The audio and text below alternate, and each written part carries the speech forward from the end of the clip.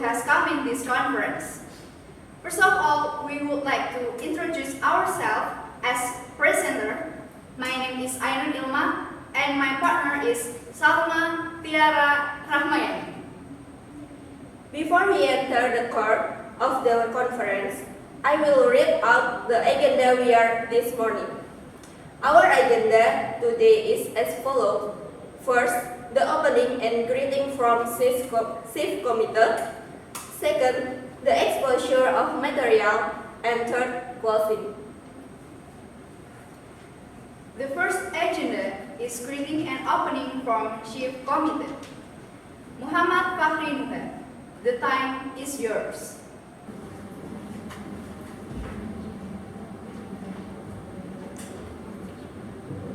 Assalamualaikum warahmatullahi wabarakatuh. Waalaikumsalam warahmatullahi wabarakatuh. I respect to all attendants who have attended to this conference, especially to the event organizer of this conference, which I am so proud of you. First of all, let us say praise to Hadirah Allah Subhanahu wa Ta'ala, who give 1,000 of favor to us until this day. Salawat as well as greeting to our Prophet Muhammad Sallallahu Alaihi Wasallam, who have give us a minimal model well and we should emulate. Before I say something on this greeting, I thank to all committee that has give to me a time to welcome as chairman of this conference.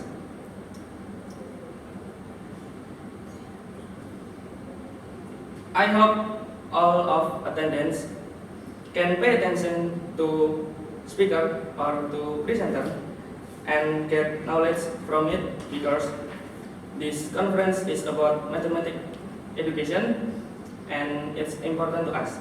So that I can pass on, thank to the invitation that give present and apologize if we as organizer, especially for me. And akhirul kalam, wassalamualaikum warahmatullahi wabarakatuh. Waalaikumsalam warahmatullahi wabarakatuh.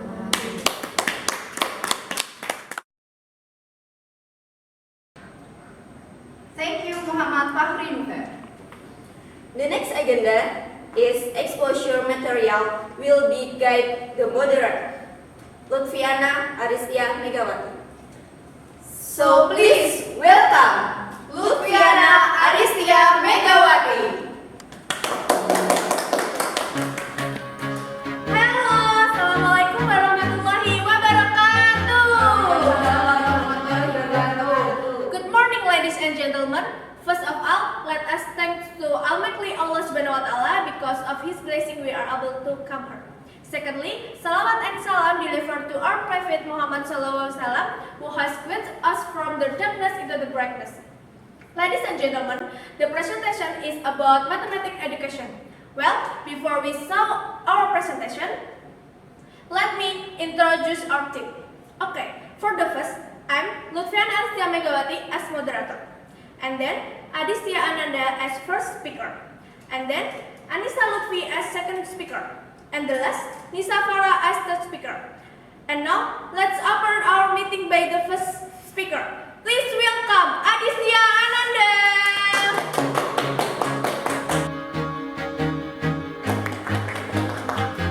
Okay, thank you, Miss Rina, have given me a time. Okay, today I will tell you about design and development of mathematical earning thematic props about KPK and M.Pd for elementary school grade 4. Okay, what is props? Props is part of the learning media which is interpret is all object, can be human, object, and an object. And the making of props has a requirements. The first is has a simple and durable shape. The next is easy in storage and use. And the next is easy to obtain the materials. And the next is props used according to the age of the child. And the last is it has interesting shape and color. So the child is interesting to know about the materials. Why should we use a props? We know that the characteristic of mathematical model is abstract, logical, and systematic, full of symbols and full of formula. The purpose of the logic, the purpose of the basic principle that are make it easier to student to understand the mathematical material. The next is facilitates teacher to deliver the material, and the last is serve as a real concept that student can understand about the material. How was the design? This is the design of mathematical model. This is props about KPK and S.Pd that have a thematics of galaxy. Next, the next is how to use the props. You can read this tab for number 1 until 6, and next I will give the presentation to you for the last presentation. Okay, I think enough for this presentation for me. Alright. Okay, please give applause to Adistya, Ananda, Kurnia. Thank you, Adistya, Ananda, for your presentation. Please sit down there. Okay, thank you. Okay, next turn is for the second speaker. Annisa, Luthfi, the floor is yours.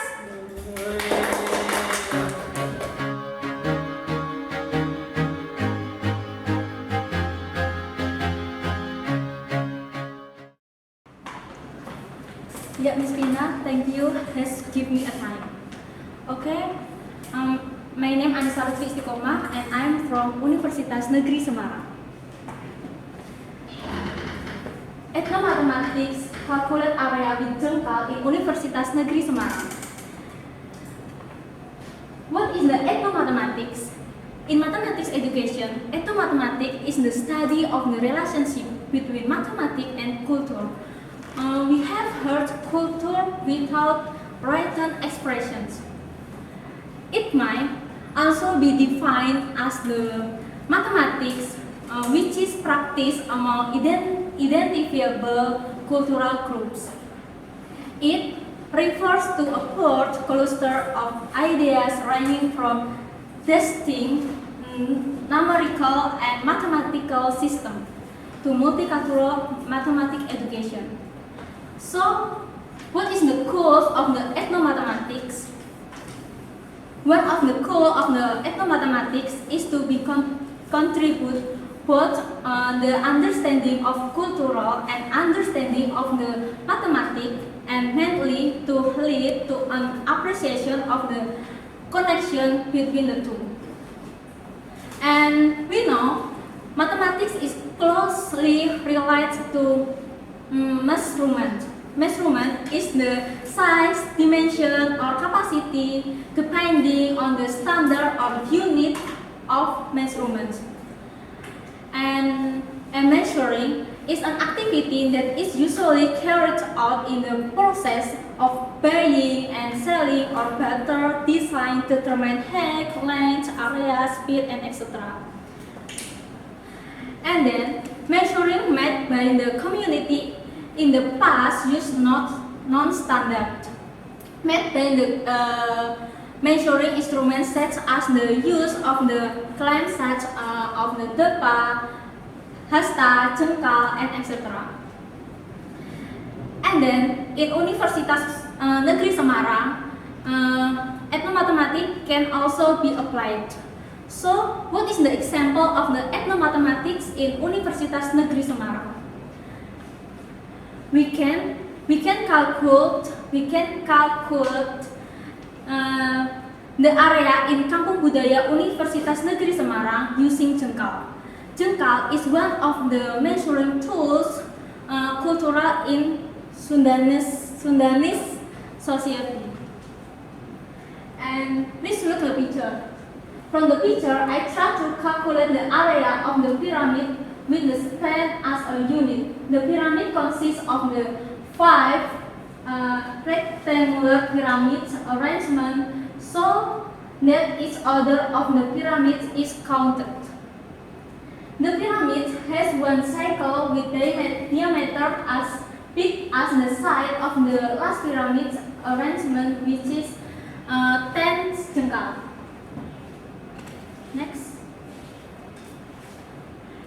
The first area, we can calculate the formula area of the pin without the base, so we get 500 jengkal square. And the second area, we calculate the formula area of the pin without the base, so we get 393.75 jengkal square. And then the third area, we get 300 jengkal square. After that, the fourth area we calculate, so we get 218.75 jengkal square. And then the fifth area we get 150 jengkal square. After that, area of cycle we get 25 P jengkal square. And total area we get 1484 jengkal square. And the last, because there are 4 pyramids, the area is multiplied by 4. So the overall area we get 1184.2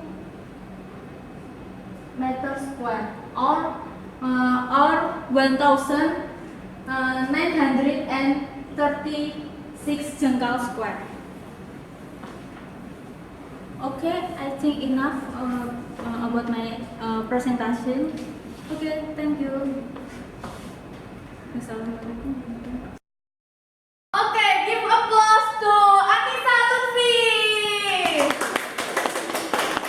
Thank you, Annisa Luthfi, for the presentation. Please sit down there. Okay, next one is for the last speaker. Nisa Farah, the floor is yours.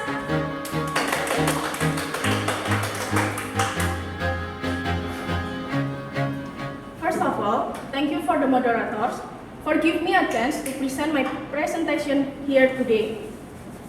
Let me introduce myself. My name is Nisa Farah Maulida from Universitas Negeri Semarang.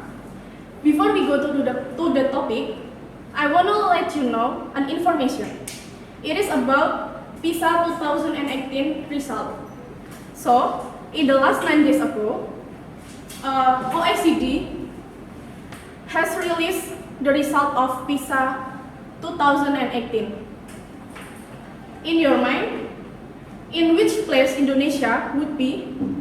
Is it in the first place, or is it in the 20th place? But unfortunately, Indonesia come in 72nd place out of 78 countries. You can see the figure there. From that snapshot, we know that there was a decreasement score of mathematics subject from 386 to 379. So sad, isn't it? The problem we face now is not all mathematical learning give the opportunities to their students to improve the creativity skills. As we know that creativity skill is one of 4 skills that essential in 21st century. The educators and education experts need to take serious action to fix the system learning.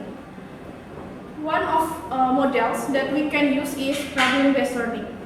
Suprihatiningrum in Reski et al. Explained that problem-based learning is one of the models that can increase solving problem skills in mathematics, and then find the concept of mathematics, and the last is increase the self-regulated of the students. Problem-based learning will complete if we add some approach called realistic mathematic education.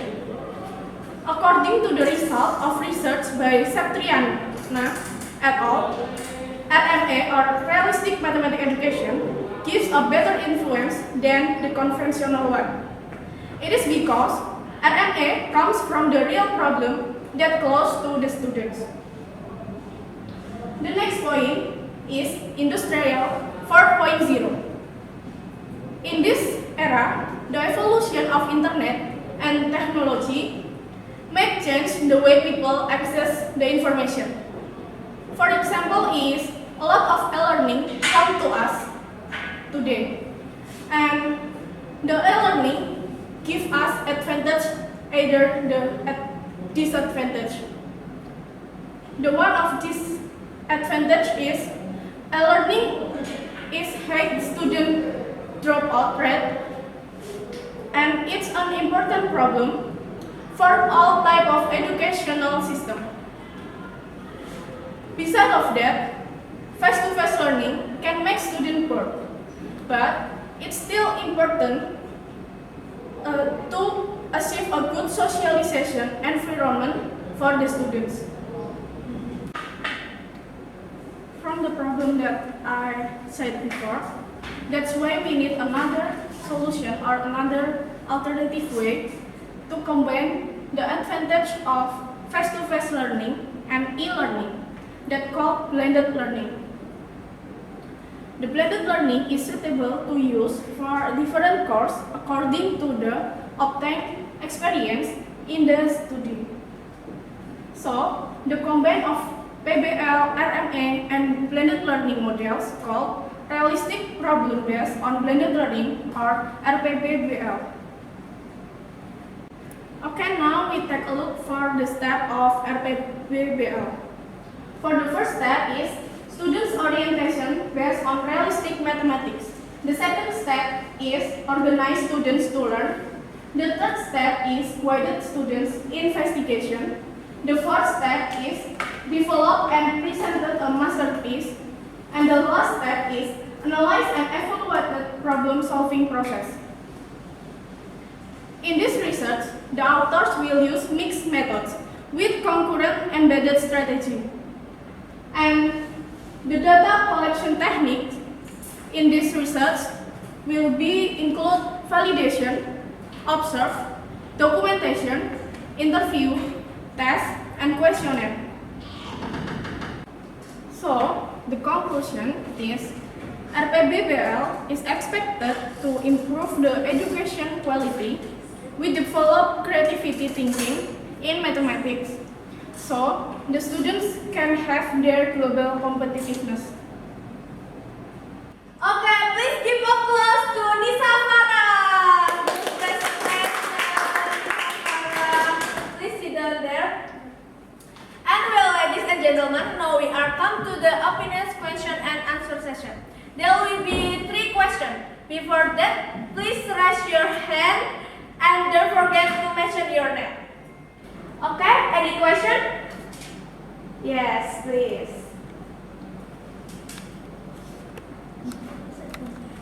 My name is Salma Tiara Rakhmayani. I will ask to Annisa.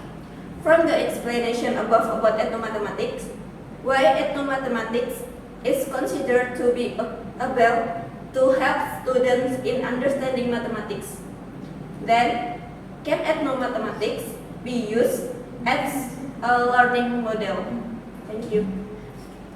Thank you. Give applause for Salma. Next, any question? Okay. My name is Ainun Ilma. I have 2 questions. The first question to Adistya and Ananda. Why does we should use these props in teaching? Does it effective to make the students understand with the material concept? And the second question to Nisa Farah. in your opinion, can RPPL be applied in Indonesian education equally? What's your hope about it? Okay, thank you Ilma for your question. Please give applause. For the first, please Annisa kindly answer the question from Salma. Okay, thank you Salma for the question. So the process of learning mathematics is less varied.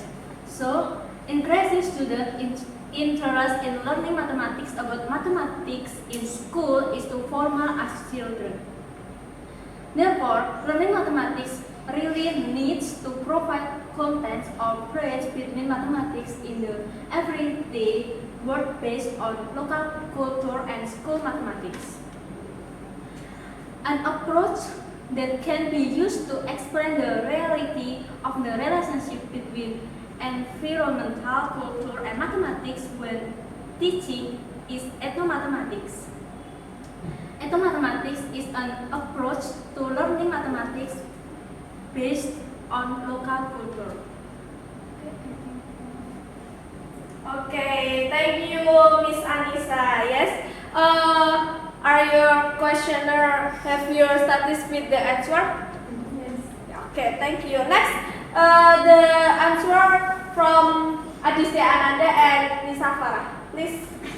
Okay, thank you for your good question, Ilma. I think it's so effective because we know that the characteristic of mathematical material are abstract, logical, and then full of symbol and formula. So if we don't use props in our lesson, it will make the student confused about the materials.